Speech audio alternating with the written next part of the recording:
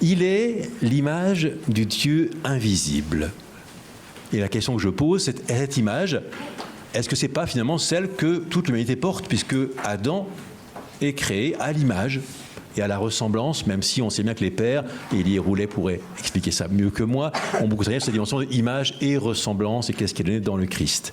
Or, la foi du Concile de Nicée, cette foi, elle se nourrit à la fois de sources bibliques et de réinterprétations, avec le fameux « c'est-à-dire ». Vous voyez ici en 4e ligne du texte que j'ai pris dans le volume d'Albert Rigaud, le « c'est-à-dire ». C'est-à-dire de la substance du Père. Côté biblique, des expressions comme « tous les êtres visibles et invisibles » qui est en 2e ligne là-haut, ou bien « par qui tout a été fait », ce qui est dans le ciel et ce qui est sur la terre, vous voyez aussi en gras un peu plus bas, évoque nécessairement l'éloge du Fils aimé dans la lettre aux Colossiens, Colossiens 1, 15 à 20, et qui insiste aussi sur cette totalité. Tous les êtres, tout ce qui est fait, tout a été fait. Et dans la lettre aux Colossiens, on a quand même 8 fois l'adjectif « passe » en 6 versets. Et les Colossiens affirment qu'en lui ont été créées toutes les réalités dans les cieux et sur la terre, les visibles et les invisibles, même si d'autres sources, évidemment, du Concile sont reconnaissables. Michel Cannet me disait qu'il a écrit un texte qui sortira bientôt sur les sources bibliques du Concile de Nicée. Mais ce qui est sûr, c'est que, si j'en crois le cardinal Grillmayer, dans le gros livre, donc Le Christ dans la tradition chrétienne, que vous avez, si on regarde les textes pauliniens, aucun autre des hymnes christologiques du corpus Paulinum n'a fourni à lui seul autant de sujets de direction continue entre les pères que Colossiens 1, 15 à 20. Il est question de Deikon, de Prototokos et d'Arché. Aucune parole de l'Écriture n'était plus importante pour les théologiens que cette parole-là. Aucune parole n'est plus importante que Colossiens 1, 15. Pourtant, les pères de l'Église ne vont pas reprendre ces mots-là pour professer leur foi. En effet, parler d'image, eikon, parler de premier-né, prototokos, ou de commencement, arché, ne serait-ce pas diminuer le Christ, lui assigner un début, et ainsi prêter le flanc aux critiques d'Arius et des siens, reprises dans les anathèmes du Concile, je viens de vous les rappeler, ceux qui disent c'est un temps où il n'était pas, et avant d'avoir été engendré, il n'était pas, ceux qui disent qu'il est devenu à partir de ce qui n'était pas, ou d'une autre hypostase ou substance. Donc ça, tout à l'heure, on va parler de ces mots d'hypostaséis et d'ousia avec Georges Carmenolis. Ceux qui affirment que le Fils de Dieu est susceptible de changement ou d'altération, ceux-là, l'Église catholique et apostolique, les anathématise. Voilà, que ce soit dit. Selon la chercheuse anglaise Jennifer Strawbridge, qui a publié en 2015 un livre qui s'appelle The Pauline Effect, The Use of Pauline Epistles by Early Christian Writers, donc elle s'intéresse à la place de Paul chez les auteurs chrétiens des premiers siècles. Elle a dépouillé un corpus d'environ 27 000 références, et vous avez sur le camembert un peu d'où ça vient, ces 27 000 références.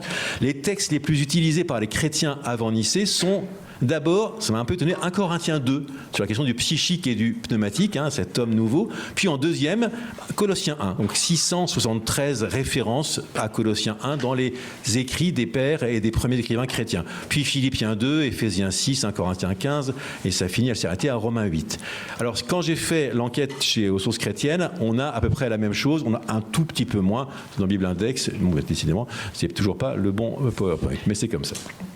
Et ce qu'elle dit, et c'est là qui m'a interpellé, c'est sa conclusion de son chapitre sur Colossiens 1, c'est ce qu'elle dit. Le problème avec Colossiens 1,15, donc le Christ est l'image du Dieu invisible, c'est que l'interprétation arienne de ce passage, et de Proverbes 8,22, pour défendre le Christ en tant que créature et non pleinement divin, était tout à fait plausible. Et le problème pour Athanase et ses sympathisants, c'est que le sens fondamental de Colossiens 1,15 conduit à l'arianisme. Me l'a embêté. Si c'est vraiment c'est ça, j'ai un gros problème avec mon texte. Donc, ma conférence est de démontrer que non, c'est pas vrai. Non, Colossiens 1,15 ne conduit pas nécessairement à l'arianisme. Mais c'est quand même ça qu'une chercheuse contemporaine dit, voilà, aujourd'hui, quand on lit Colossiens 1,15, Arius avait une lecture qui était tout à fait plausible de ce texte-là. Bon. Alors, c'est quoi ce texte de Colossiens 1,15 ? Donc, premier point, donc quelques repères juste sur Colossiens pour vous dire donc, que cette lettre aux Colossiens, donc c'est une courte lettre, on a 4 chapitres, on a 96 versets, qui est adressée à une communauté qui est dans la Turquie actuelle, vous voyez en bas de la carte, presque sur la côte, mais c'est à une 60aine de kilomètres d'Éphèse, qui est sur la côte, elle, et c'est une lettre que Paul écrit à une communauté qu'il n'a pas fondée. une communauté à laquelle il écrit à la demande de son compagnon de captivité, Épaphras. Bon, comme je le justifierai dans un commentaire à paraître dans la collection du CBNT au CERF, je pense, avec désormais une majorité d'exégètes, que cette lettre-là, elle est de Paul. Donc je pense que Colossiens est paulinienne et pas deutéro-paulinienne, et donc que je la daterai dans ce cas-là du milieu des années 50 et écrite depuis Éphèse. Voilà, donc c'est des positions qui sont discutées, mais je m'en expliquerai dans mon commentaire. De quoi s'agit-il pour les Colossiens? Il s'agit de les affermir. Affermir dans leur foi au Christ, d'autant plus que, d'après ce qu'il écrit, Paul, en Colossiens 2,18, les Colossiens rendaient un culte aux anges, la treskeia ton angelon. Ce culte des anges, c'est ça, je crois, qui explique pourquoi, au début de la lettre, c'est important de rappeler le rôle éminent du Christ, qui est au-delà de toute création. Et donc, il faut montrer son rôle éminent tant dans la création originelle, visible et invisible, que dans la nouvelle création, inaugurée par la résurrection de Jésus d'entre les morts. Alors, est-ce qu'il s'agit d'une hymne? Nous, on a l'habitude dans l'Écriture de dire l'hymne aux Colossiens. Alors, certes, dans Colossiens 3, Paul exhorte les Colossiens à chanter à Dieu par des psaumes, des hymnes, des chants spirituels. Donc, pourquoi pas voir dans nos textes un hymne poétique. Cependant, l'opinion majoritaire de la recherche contemporaine, en cherchant c'est quoi les hymnes, dit non. Non, on n'a pas affaire à une hymne grec classique adressé à un dieu, on ne parle pas au dieu, on ne l'invoque pas, on n'a pas non plus ce qu'il faut au niveau du rythme de la poésie. Donc on parle aujourd'hui non pas d'une hymne, mais de prose rythmée. Prose rythmée, plus qu'une hymne, donc moi je l'appelle comme l'éloge, éloge du Fils bien-aimé du Père. Et donc je propose maintenant une traduction assez littérale du texte. Alors d'abord, vous avez vu, mon fond d'écran est un peu bizarre. Et voilà ce qu'il y a en fait au fond d'écran. Le fond d'écran, c'est le Codex Claromontanus, donc du VIe siècle, qui est, je crois, dû à Monsieur Théodore de Bèze, sauf erreur, c'est lui qui l'avait récupéré. Donc voilà. Et donc dans ce texte-là, j'ai mis quelques extraits de notre texte. Et donc vous voyez les deux objets qui sont entourés. Il y a Eikon au milieu de la ligne, et puis en dessous il y a Prototokos. Donc ça, c'est un exemple d'un manuscrit qui, lui, est à la fois grec et latin, ce qui est intéressant. Et je vous tiens, il y a le site qui est indiqué là, est assez intéressant. On trouve tous les manuscrits les plus importants du Nouveau Testament. Bon, ma traduction, donc, va s'appliquer à comprendre ces questions de Eikon et Prototokos, et c'est ça que je ferai aussi dans mon cours. Donc, le cours de mon... Oui, mais ça, c'est toujours la même chose. Hein. On ne se change pas. Allez, donc, lisons le texte. Si vous voulez, on va dire du verset 13 en Colossiens 1. Donc, le Père nous a délivrés de l'autorité de l'obscurité. Il nous a transférés dans le royaume du Fils de son amour, en qui nous avons le rachat, la remise des péchés.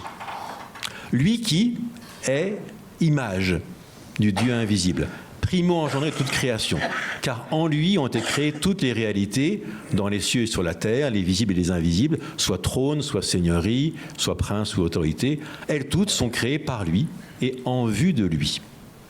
Et lui-même est avant toute réalité.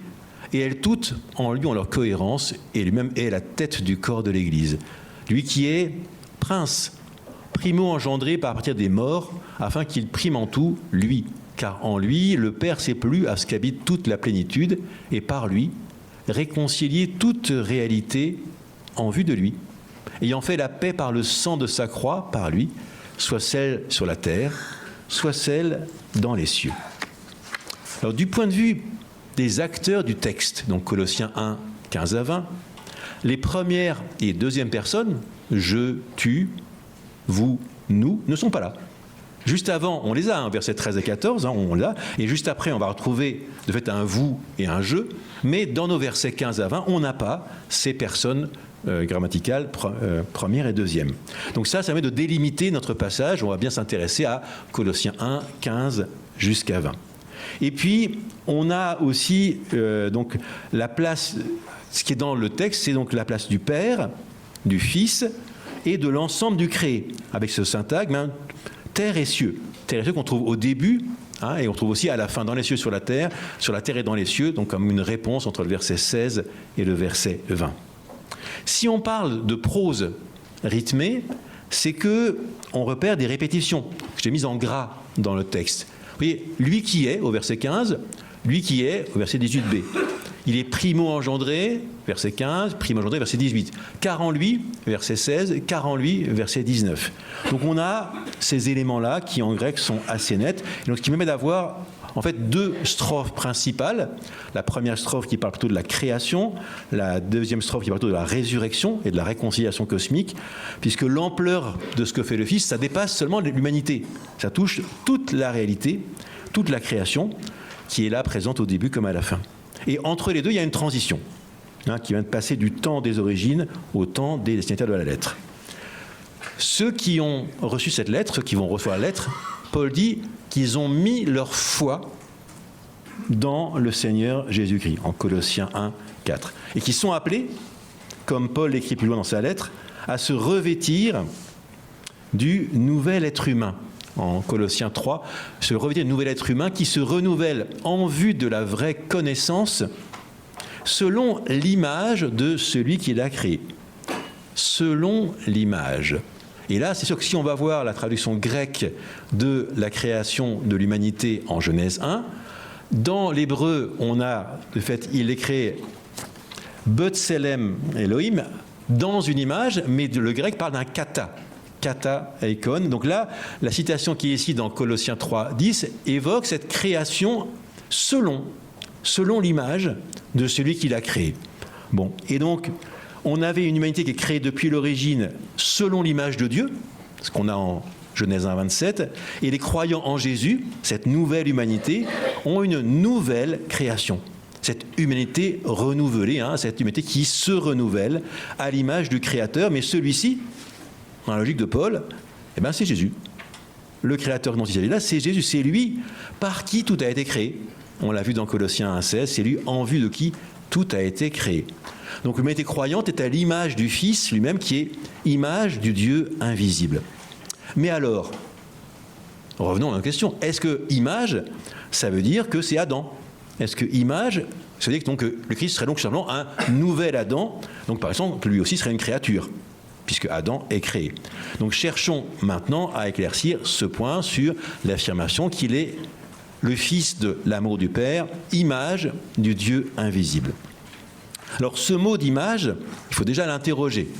Donc il y a une thèse qui a été soutenue il y a 3 ans à Berne et qui était parue l'an dernier en Allemagne, chez Wundt, de Travis Niles, qui s'appelle « L'image du Dieu invisible ». Donc il consacre 300 pages à ces versets-là, versets 15 à 20, pour essayer de comprendre. Et ce qu'il explique dans sa thèse, c'est que, il compare les discours sur l'image qu'on trouve à l'époque de Paul. Donc il parle bien sûr de l'étage platonicien, il parle de la sagesse de Salomon, il parle de Qumran, de Philon, dont on parlera tout à l'heure, de Plutarque, de Dion Chrysostome, et puis de stoïciens. Et les conclusions de son enquête, c'est que personne, dans la littérature qu'il a publiée, on n'a jamais un humain qui est directement l'image de Dieu. Aucun humain n'est l'image de Dieu. Donc là, quelque chose qui est particulier. Colossiens dit il est l'image, et tout ça, en fait, il est comme une image, il est selon une image, il y a toujours une nuance. Tandis que là, il y a quelque chose de particulier à Colossiens. Colossiens est le seul de tous les textes de l'Antiquité à dire il est l'image. Ensuite, deuxième chose, parce qu'avant, il dit chez Philon, on a selon l'image de Dieu, ou bien dans Sagesse 2.23, on a qu'il est image de la propre nature de Dieu. Donc on a une image, mais de quelque chose d'autre, pas de Dieu, mais il y a toujours un petit écart. Il faut dire, oui, mais non, attention, c'est quand même des créatures. Bon. Deuxième point que fait Niles, c'est dire, une image, c'est évident, ça porte à la fois une proximité et une distance. Une image, ça porte une proximité, ça reflète quelque chose, mais il y a aussi cette distance. Et donc, il n'y a pas d'identité entre l'image et l'objet. Donc, il montre des textes antiques qui disent, si j'ai eu une image de Monseigneur de Germay dans ma sacristie, ça n'est pas Monseigneur de Germay. Mais voilà, vous voyez bien la différence. Il y a une image, mais c'est important. Donc, et puis, troisième chose, ce qui montre, c'est qu'il y a de plus en plus une valorisation des images comme porteuses d'un enjeu théologique, d'un enjeu même sotériologique et d'un enjeu éthique. C'est-à-dire que dire qu'on est à l'image, dans les philosophes stoïciens, mais aussi chez les aristotéliciens, ça a un enjeu éthique. Être à l'image, ça renvoie à un appel. Il y a une dimension d'engagement parce qu'on est à l'image d'eux. Voilà. Et donc, il y a dans la salle quelqu'un qui a beaucoup travaillé ça, qui est Élie Roulet, puisque sa thèse s'appelle, vous l'avez là à l'écran, « De l'image à l'image ». Et donc, bien sûr, dans sa thèse, il y a un chapitre sur la Bible, sur la Genèse et sur les textes pauliniens, entre autres. Mais après, bien sûr, lui, son cœur de métier, c'est Maxime, le confesseur. Donc, c'est vrai que la thèse porte principalement sur ce qui se joue sur Maxime. Mais c'est vrai que, voilà, on a ces enjeux-là. Et donc, quand Élie Roulet, lui, au-delà de ce que... Enfin, ailleurs que ce qu'a fait Niles Travis, lui, il va aussi vers Plotin, bien sûr. Il va un peu plus loin, les moyens platonistes, et on retrouve donc là aussi la thématique de l'image et l'enjeu d'un enjeu éthique. Je crois que cette image, elle a une dynamique d'éthique, et donc c'est-à-dire que si on dit que le Christ, le Fils, qu'il est l'image du Dieu invisible, ça a des implications non seulement de l'ordre de la connaissance, qui est-il, mais que m'appelle-t-il à faire ? Savoir qu'il est l'image, ça a des conséquences éthiques et pas seulement gnoséologiques.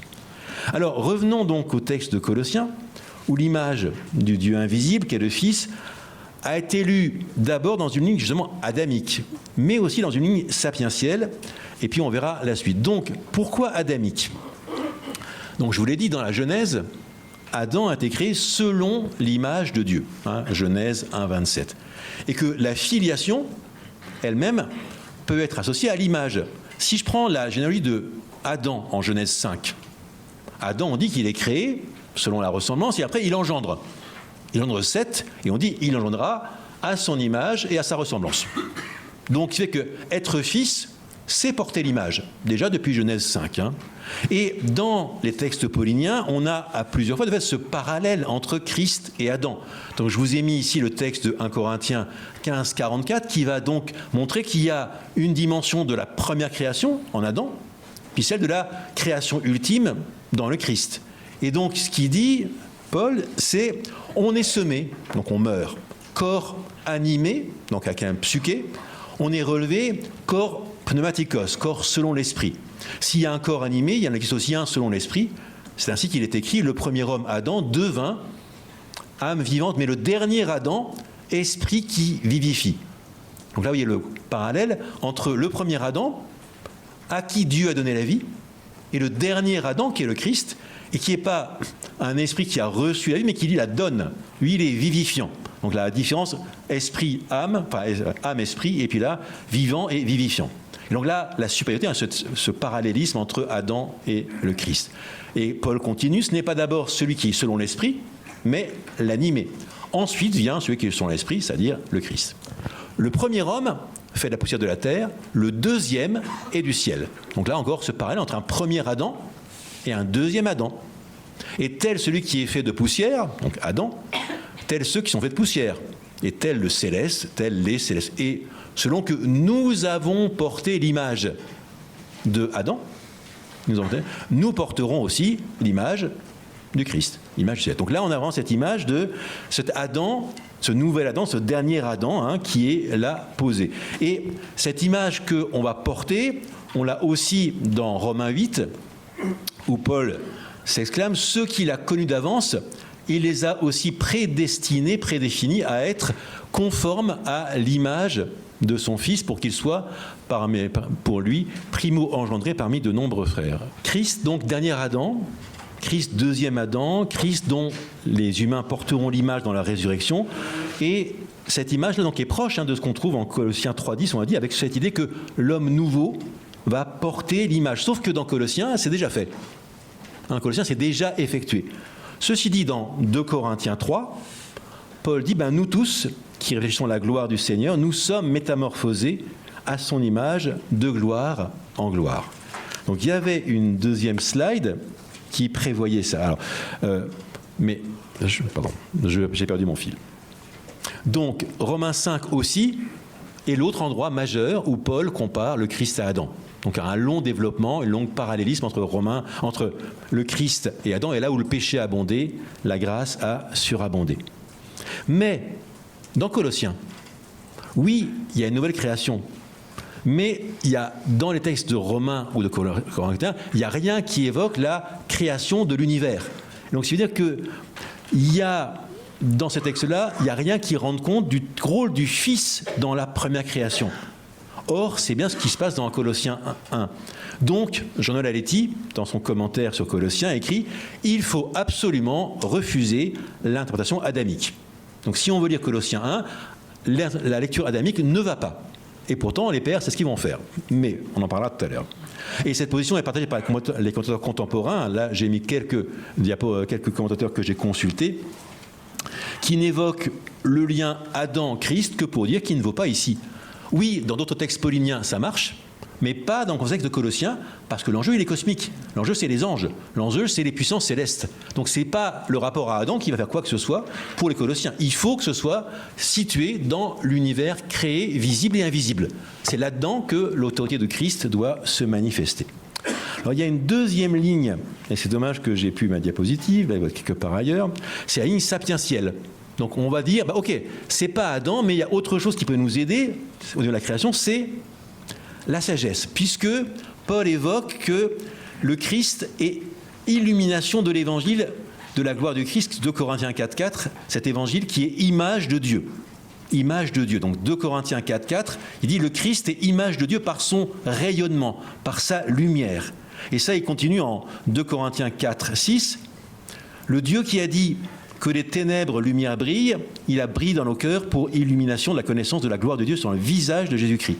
Et Élie, dans sa thèse, écrit « L'image n'est pas seulement une reproduction, l'image n'est pas seulement une reproduction immédiate et fidèle, mais elle est une empreinte étincelante. » Empreinte étincelante.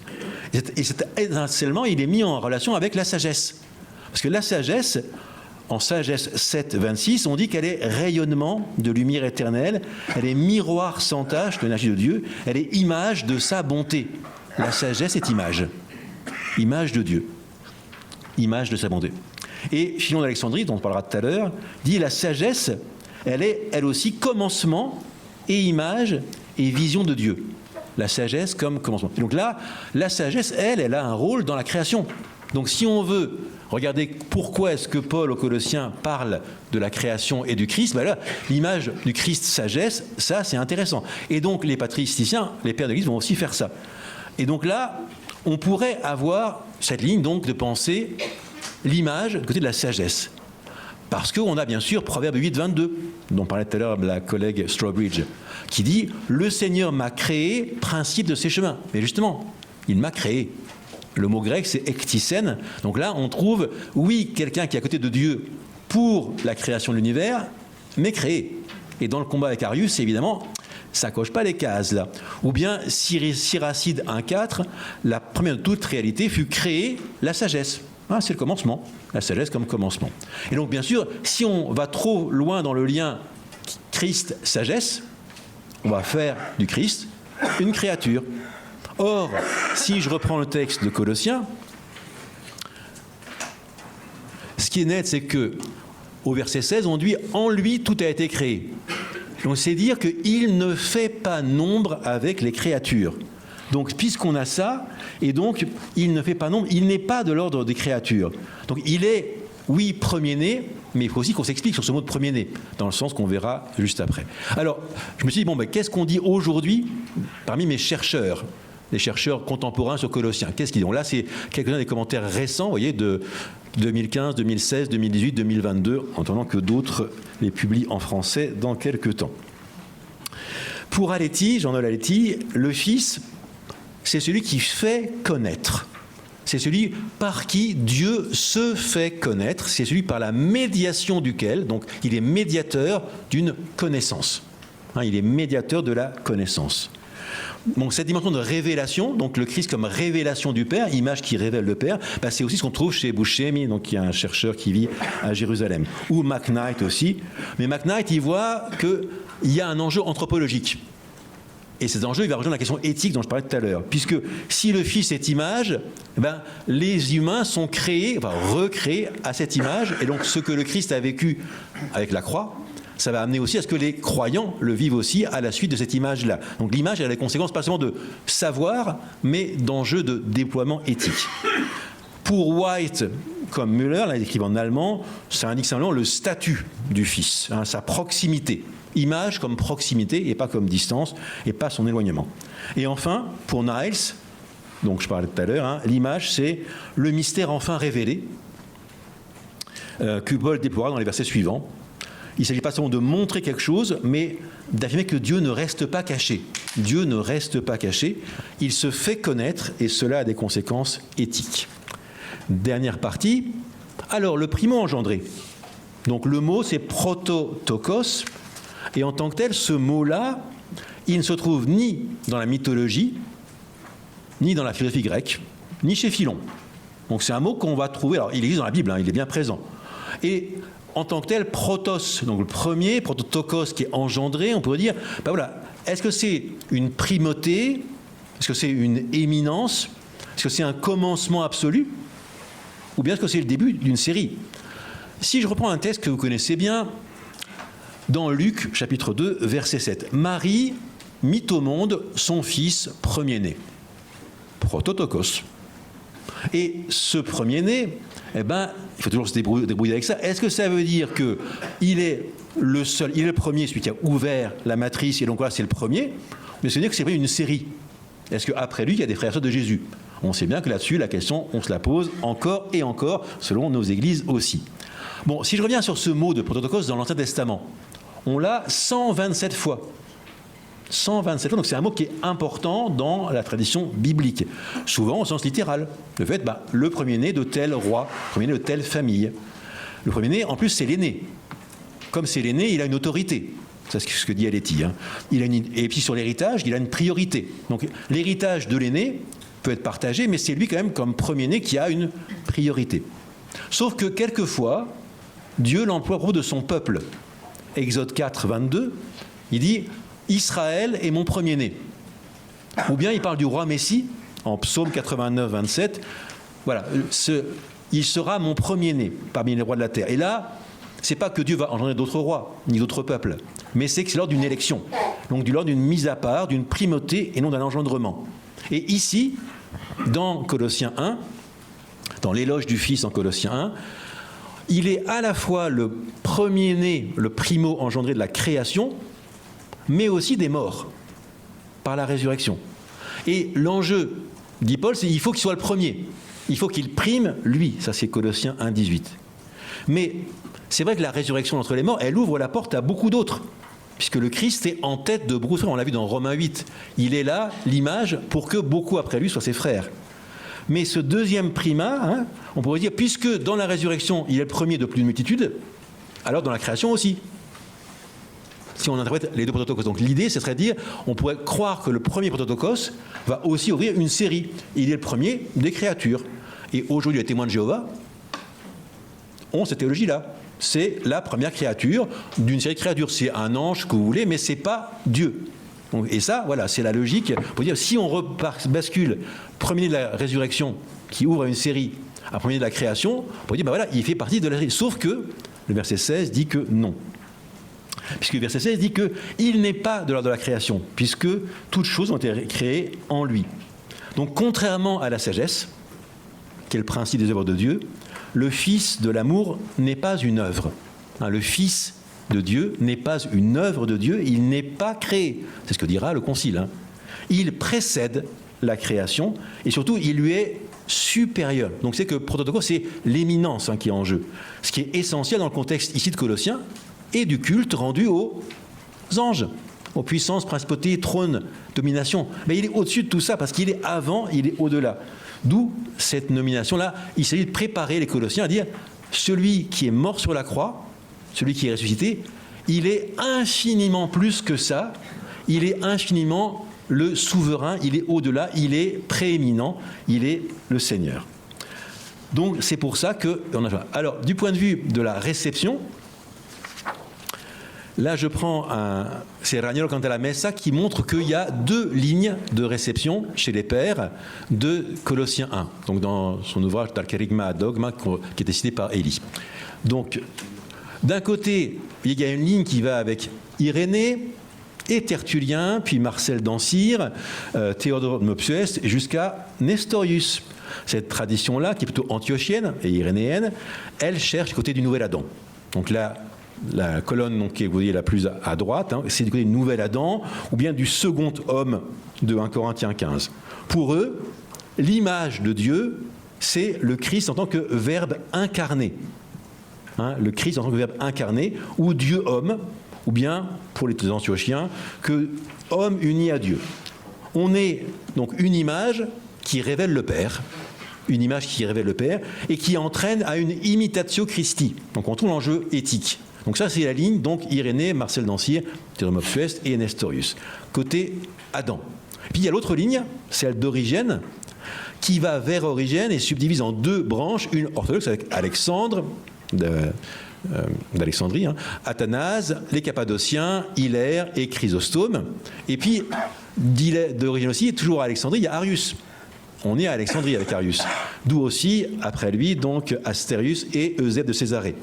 Cette tradition alexandrine, elle règle l'image à la lumière du Logos. Pour elle, l'image de Dieu est le Christ en tant que Dieu. Présentement, il est le Verbe préexistant. Il s'agit donc d'une image, écoutez bien, d'une image invisible. Je répète, on a ici, avec les Origènes et les autres, parce que la sagesse, elle est invisible. Et donc l'image invisible du Dieu invisible. C'est ça que rajoute donc cette ligne-là. Et donc, c'est une image spirituelle que seule l'intelligence, que seul l'esprit peut faire connaître. Donc, et évidemment, après la crise arienne, on mettra moins l'accent sur la révélation que sur une participation à l'immortalité par contemplation, par assimilation au Verbe. Et ce qui fait que Élie, dans sa thèse, écrit ça.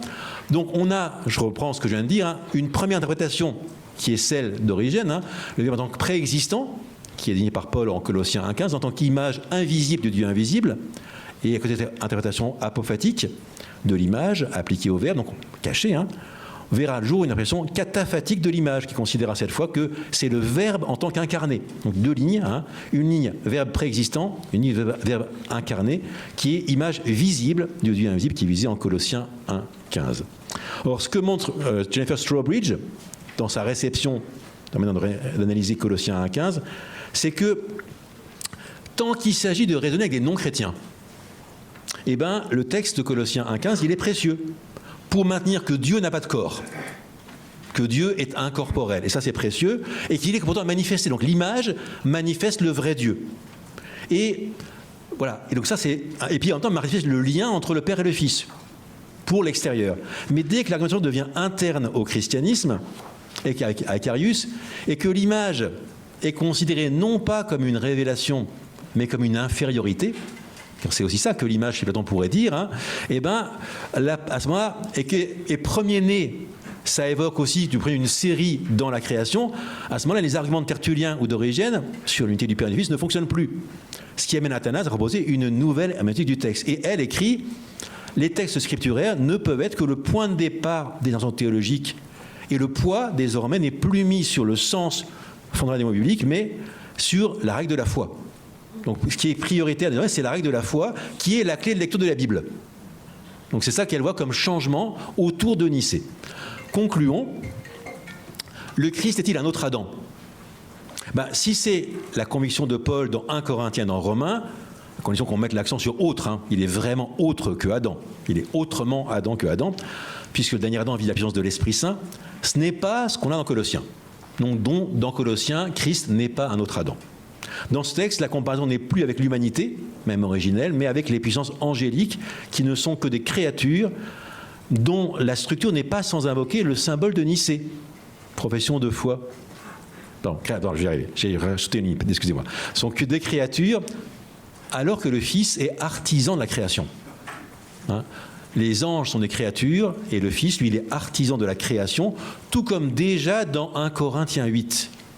Texte dont la structure n'est pas sans évoquer le symbole de Nicée, que je vous avais ici à l'écran. C'est comme ça que je finis. Pour nous, un seul Dieu, le Père, de qui toute réalité est nous vers lui. Et un seul Seigneur, Jésus-Christ, par qui toute réalité est nous par lui. Je vous remercie.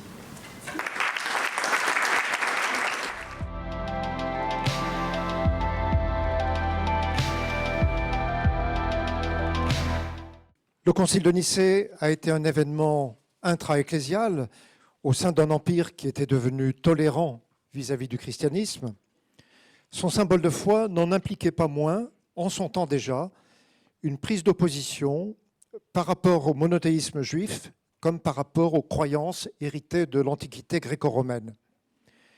La foi trinitaire dont il était l'expression a été en tout cas comprise en ce sens par certains pères de l'Église du IVe siècle. Par exemple, pour Basile de Césarée, la foi trinitaire telle qu'elle a été professée par le Concile de Nicée s'oppose d'un côté à la doctrine monarchienne de Sabellios qui, par sa manière de ne pas reconnaître une distinction réelle entre le Père, le Fils et l'Esprit, rejoignait à sa façon le monothéisme strict du judaïsme, et elle s'oppose d'autre part à l'hérésie néo-arienne d'un homme qui, en disant le Fils dissemblable au Père et en le vénérant néanmoins comme Dieu, introduisait en fait deux divinités dont l'une était comprise comme supérieure à l'autre, et par là même cela rejoignait le polythéisme. Ce bref rappel invite à s'interroger sur la manière dont le symbole de Nicée peut être compris aujourd'hui même dans le contexte de la théologie des religions. La perspective doit être certes très différente de celle des auteurs anciens. Les églises chrétiennes sont désormais habitées par l'exigence d'un absolu respect vis-à-vis de ceux et celles qui croient autrement. Cette exigence qui a été solennellement affirmée par la déclaration Nostra Aetate du Concile Vatican II. Néanmoins, le pluralisme religieux de notre époque exige paradoxalement que chaque religion puisse rendre compte de ses propres doctrines en présence des autres. Il est donc essentiel que la théologie chrétienne puisse dire, entre autres, ce qui fait la singularité irréductible de la foi trinitaire et christologique parmi les traditions religieuses de l'humanité. C'est cette tâche que je voudrais très brièvement esquisser. Je ne dirai rien ici de la position du Concile de Nicée par rapport au judaïsme, il en sera question dans d'autres interventions de ce colloque. Je tenterai par contre de dire les enjeux du symbole de Nicée par rapport à la doctrine coranique, puis par rapport aux grandes religions de l'Inde et de l'Extrême-Orient. La première question qui se pose concerne la présentation du symbole de Nicée dans le contexte du dialogue avec l'islam. Cette question semble particulièrement difficile, car nous sommes ici en présence, il faut le reconnaître, de deux options très différentes. Le symbole de Nicée professe la foi au Père, au Fils et à l'Esprit, une foi trinitaire, là où le Coran n'admet pas que l'on puisse associer Jésus, Issa, et l'Esprit au Dieu unique. En d'autres termes, la foi trinitaire telle qu'elle est confessée à Nicée est perçue par l'islam comme une forme de trithéisme, donc comme une forme de retour au polythéisme que le prophète Mohammed entendait justement combattre. On ne peut évidemment s'attendre à ce qu'une nouvelle herméneutique du symbole de Nicée permette de surmonter la divergence entre la foi trinitaire des chrétiens et le monothéisme de l'islam. Mais on peut au moins plaider pour qu'une présentation correcte de ce symbole aide à dépasser des malentendus à ce sujet. Et nous sommes notamment encouragés dans ce sens par une remarquable étude du théologien Karl Rahner dans les toutes dernières années de sa vie. Cette étude, dont la première version remonte à 1978, porte le titre « Unicité et Trinité de Dieu en dialogue avec l'islam ». Bien que cette étude ne fasse pas explicitement référence à Nicée, elle mérite d'être ici convoquée en raison du précieux éclairage qu'elle apporte à notre sujet. Rahner rappelle tout d'abord que le christianisme est principalement et non de manière secondaire une religion monothéiste, comme le sont le judaïsme et l'islam. Par la suite, il avance sa thèse fondamentale, je cite, « La doctrine de la Trinité ne peut pas et ne doit pas être comprise comme un ajout ou un affaiblissement du monothéisme chrétien, mais peut et doit être compris comme sa radicalisation. » Pour fonder cette thèse, Karl Rahner reprend dans un premier temps ce qu'il avait déjà soutenu dans un écrit antérieur sur la Trinité, à savoir que l'expression « trois personnes », même si elle est légitime au sens où elle est utilisée par la tradition bien comprise, cette expression néanmoins est souvent entendue de manière erronée, dans la mesure où elle risque de faire penser à, comme dit Rahner, trois centres d'agir spirituels se rapportant l'un à l'autre et reliés l'un à l'autre comme tels, et cela au détriment de l'unicité divine. La confession de foi chrétienne doit plutôt se comprendre ainsi, étant présupposé que la Trinité économique et la Trinité immanente et réciproquement. Il existe pour la foi chrétienne, je cite Rahner, deux donations absolument radicales, définitives et indépassables, des modes d'être du Dieu un dans le monde, ce que nous appelons justement le logos et l'esprit. Et ces modes d'être, je cite, ne doivent pas être pensés comme des modalités médiatrices qui seraient différentes du Dieu un, sinon elles renverraient à un Dieu qui resterait en soi toujours lointain, mais elles ne communiqueraient pas Dieu lui-même dans sa réalité la plus intime. Or, poursuit Rahner, le logos et l'esprit sont bien Dieu lui-même. Il n'y a donc pas là un affaiblissement ou un obscurcissement du monothéisme correctement compris, mais sa radicalisation. Le logos et l'esprit, qui sont des modes d'être du Dieu unique, sont de fait divins au sens strict du terme. L'argumentation de Karl Rahner trouverait précisément un point d'appui fondamental dans une juste interprétation du symbole de Nicée. En effet, comme l'a bien montré Ignacio Ortiz de Urbina, la formule « Nous croyons en un seul Dieu Père et en un seul Seigneur Jésus-Christ et en l'Esprit Saint » ne doit pas être entendue au sens où il y aurait d'abord l'affirmation d'une seule nature divine, puis la distinction du Père, du Fils et de l'Esprit.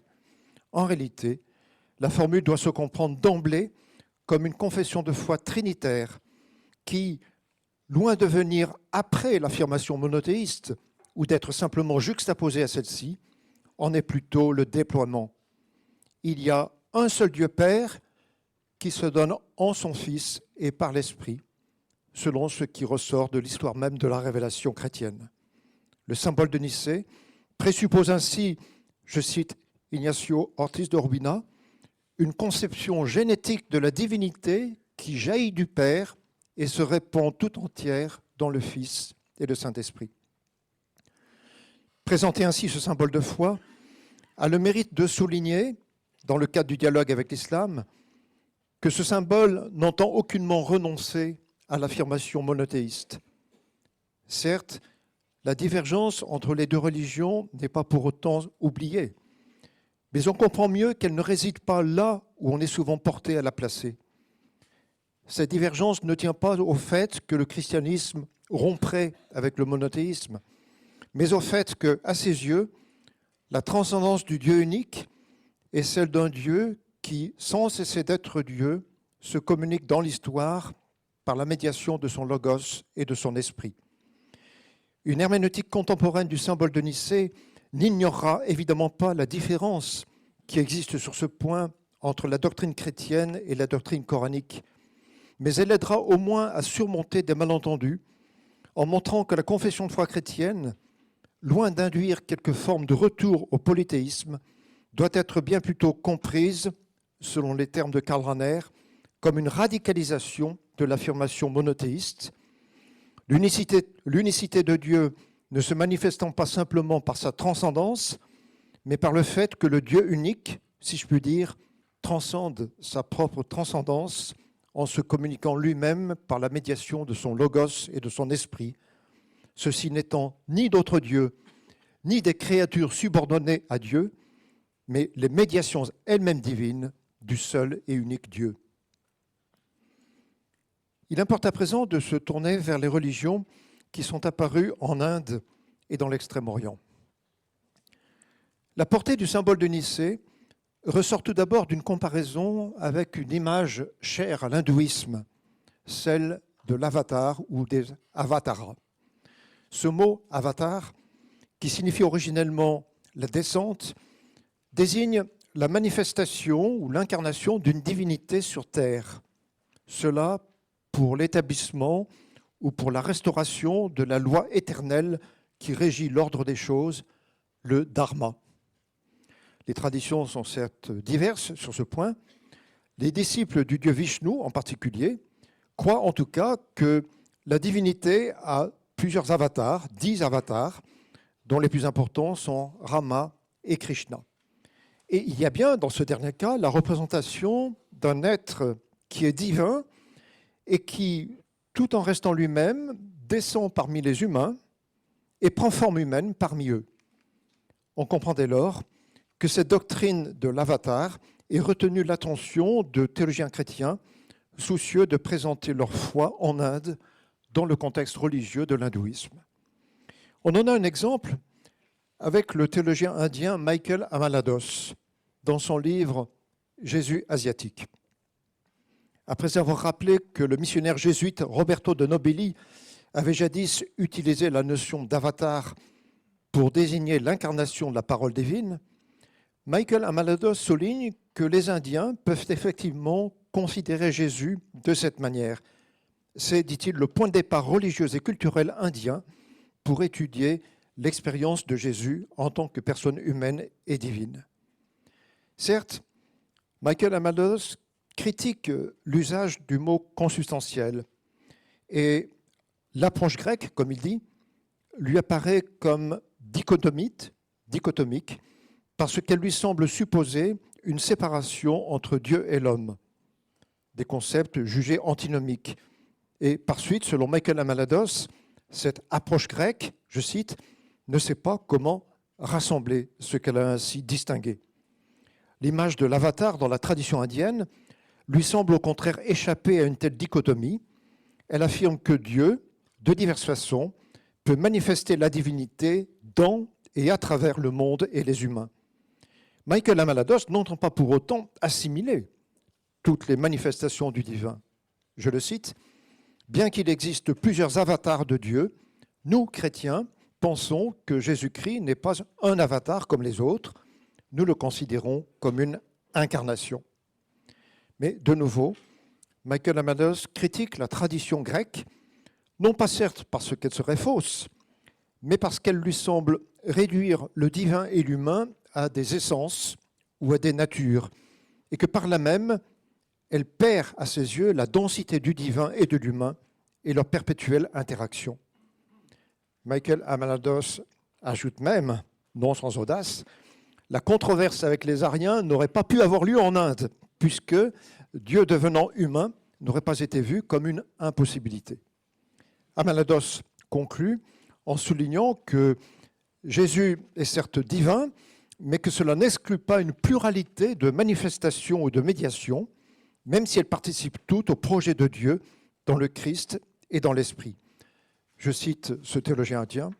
« Si l'Esprit de Dieu et du Christ est présent et actif dans d'autres religions, cette présence devra se manifester d'une façon historique à travers des personnes et des événements.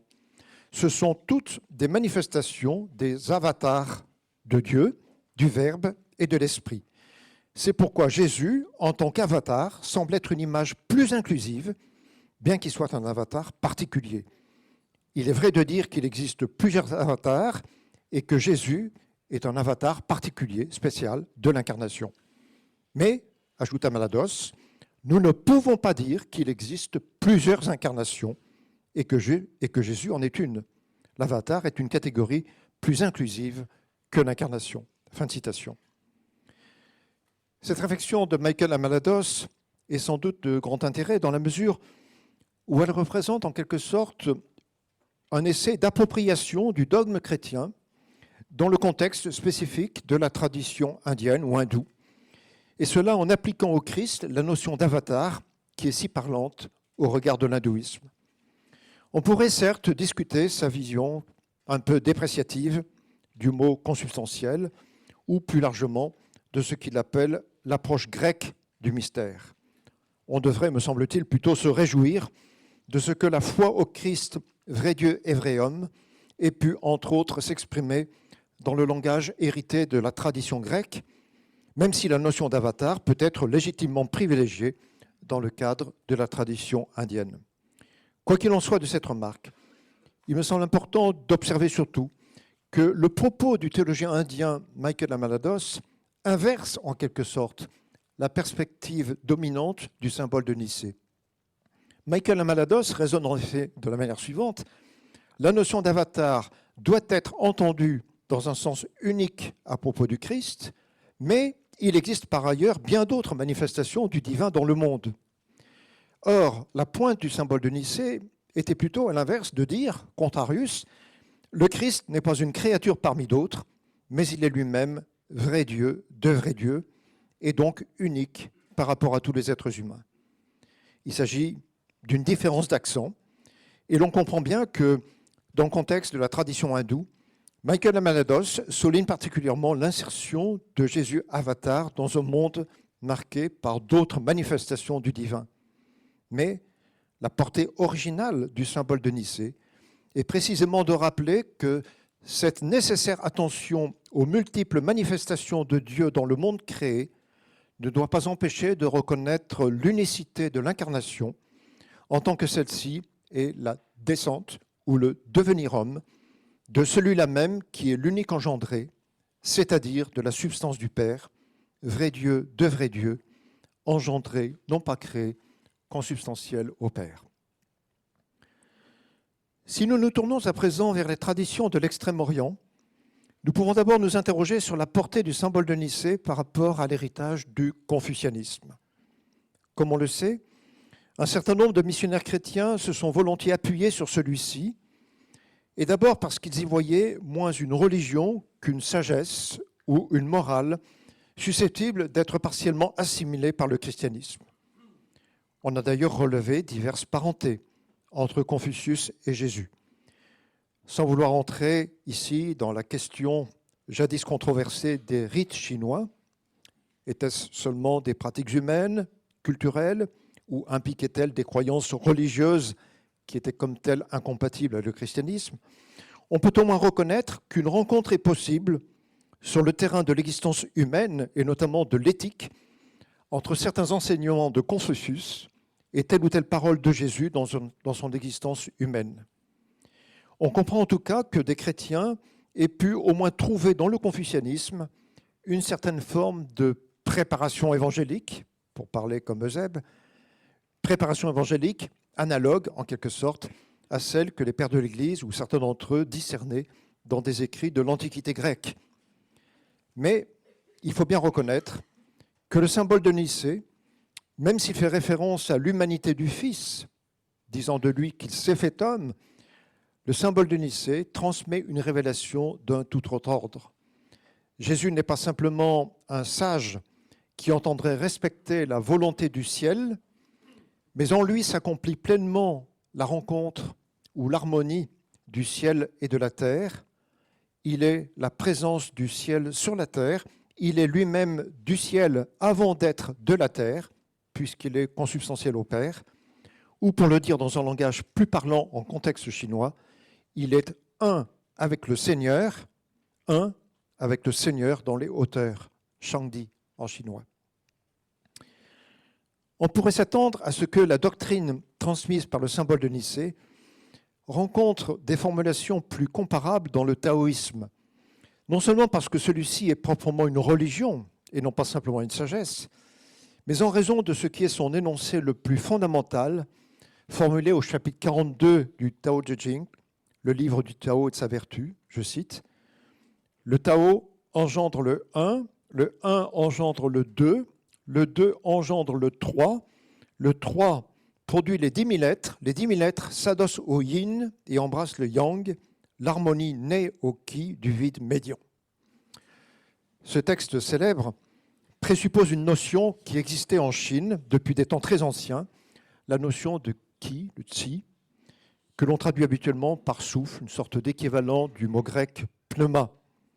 Cette notion de ki, tsi, désigne une force en laquelle coexistent les énergies complémentaires du yang, la force active, et du yin, la douceur réceptive.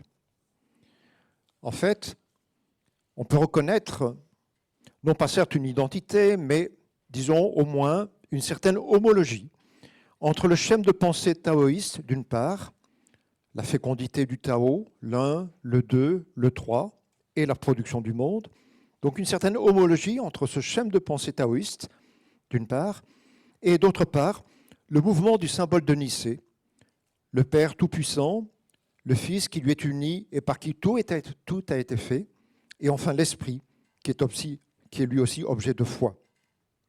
À quoi il faut ajouter que le terme Tao est lui-même ambivalent. Il désigne d'abord le chemin, mais il désigne aussi ce qui est à l'origine de tout.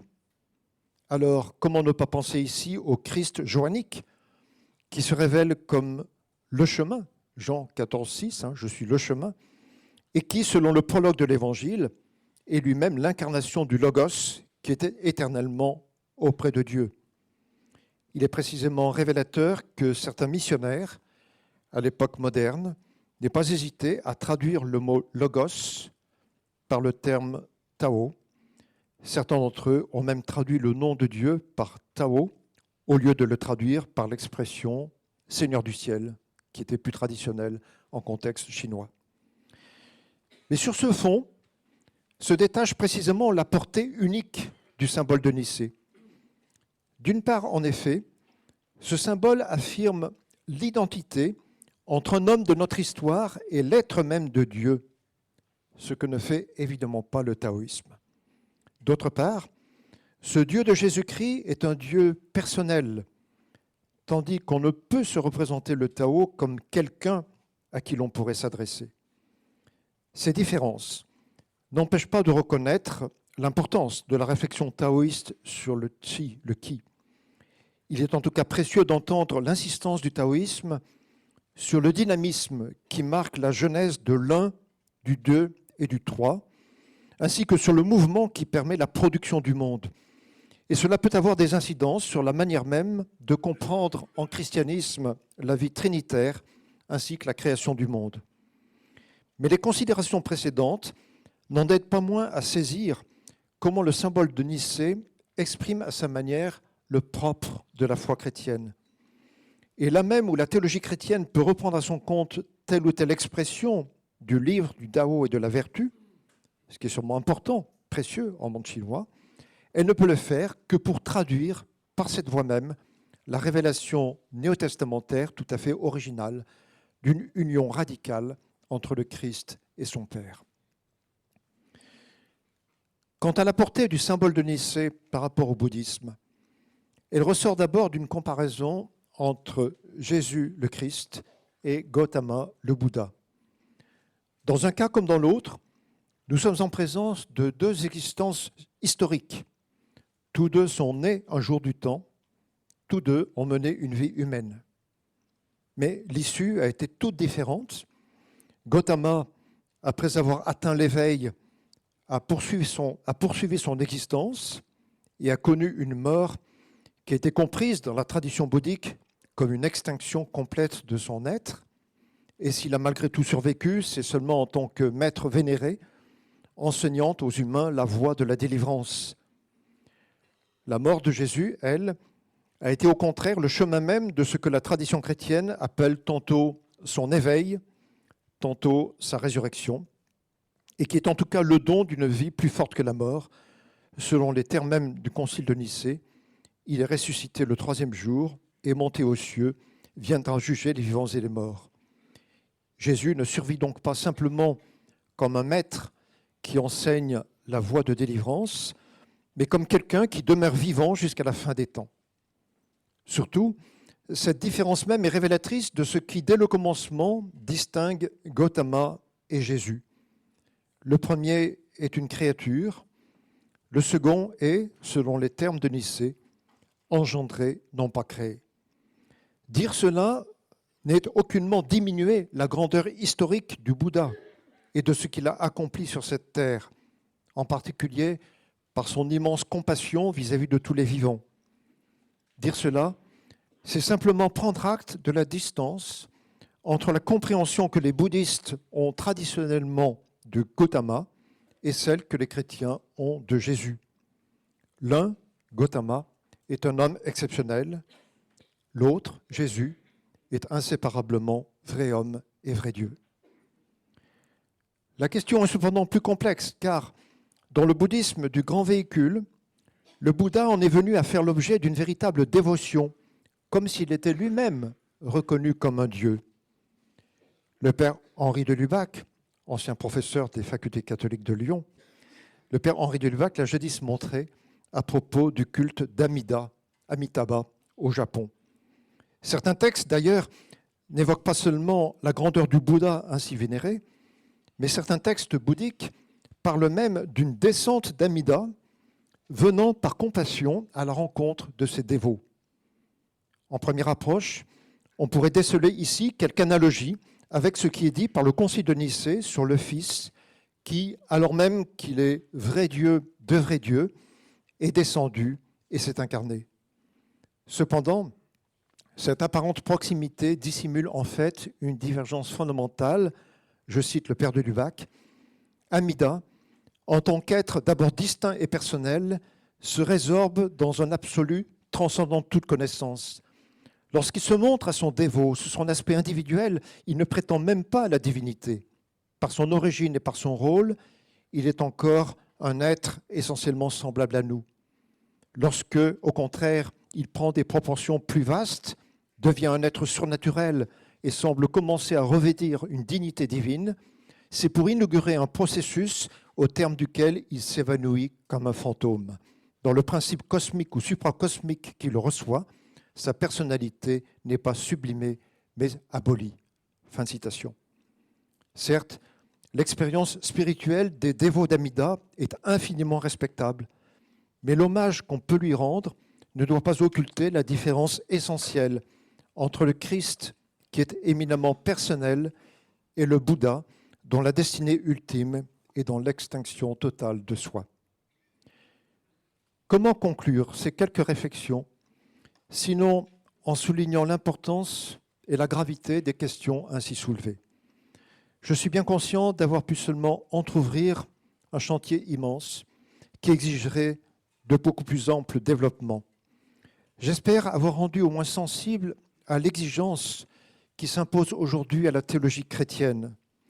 Il ne s'agit plus seulement d'expliquer le symbole de Nicée dans son contexte historique, même si cette tâche demeure évidemment nécessaire. On ne peut davantage se contenter de dire les enjeux de la commémoration de Nicée pour l'unité des chrétiens, même s'il faut bien évidemment se réjouir que les diverses églises, disposant là d'un patrimoine commun, puissent trouver dans une telle commémoration un élan renouvelé pour le dialogue œcuménique. Mais il importe aussi, aujourd'hui, en 2025, et sans doute dans les années qui suivront, de présenter le symbole de Nicée dans l'horizon du pluralisme religieux qui caractérise notre âge de mondialisation, non point, certes, par manque de respect pour d'autres traditions qui sont elles aussi en droit de faire comprendre leurs propres croyances et doctrines, mais plutôt parce qu'un authentique dialogue avec ces traditions aide justement à préciser, par comparaison ou par contraste, l'originalité propre de la foi au Christ qui a été transmise par le symbole de Nicée et dont la signification exige d'être explicitée au regard même des autres religions. Je vous remercie.